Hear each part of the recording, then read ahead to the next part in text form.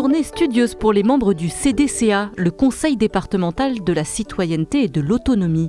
Cette instance a vu le jour en 2017 dans la Loire. Une toute nouvelle mandature vient de démarrer en 2024. Alors pour les nouveaux et les anciens membres, différents points sont abordés tout au long de la journée concernant la politique de l'autonomie. Cette journée visait à réunir les représentants du Conseil départemental de la citoyenneté et de l'autonomie, qui sont des gens issus de la société civile, des représentants des associations, défense des usagers, des représentants des institutions, des personnes qui sont intéressées en fait pour cette politique de l'autonomie et que nous avons formées à la fois sur la réglementation actuelle, mais aussi sur tout le paysage du champ de l'autonomie, entre les prestations, mais aussi les différents types de structures ou d'établissements ou de services qui peuvent aider les personnes vulnérables, fragilisées par l'âge ou par la maladie, aussi bien à domicile qu'en établissement.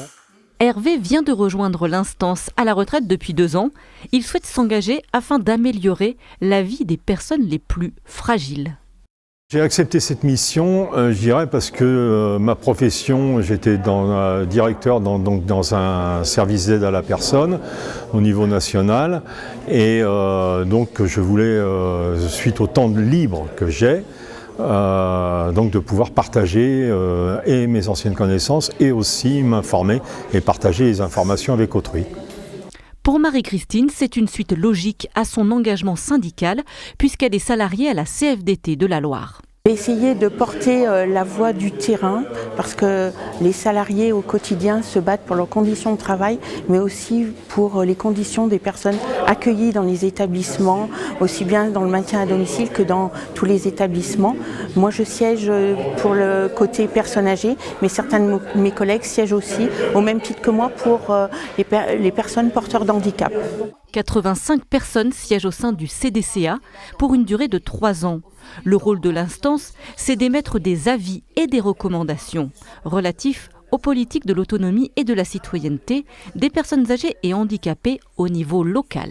Dans ces 5 groupes de travail, nous avons donc un groupe sur les aidants, un groupe sur le suivi du schéma, un autre sur l'habitat, un autre sur la communication et enfin un sur les droits des usagers. Donc en particulier sur le droit des usagers, nous avons fait un travail sur le conseil de vie sociale, qui était vraiment la structure et l'instance qui représentait vraiment les usagers.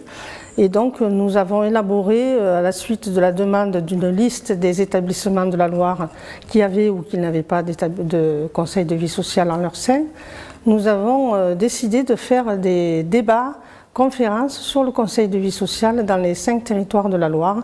C'est ce que nous avons fait ces 2 dernières années et ces débats-conférences ont rencontré un certain succès.